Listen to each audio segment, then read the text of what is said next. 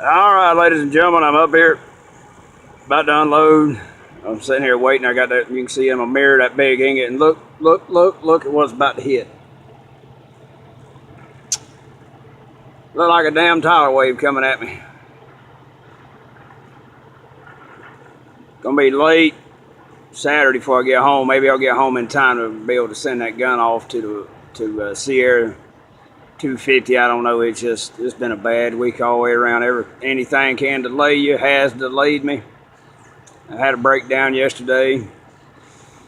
So it's Friday afternoon. It's 7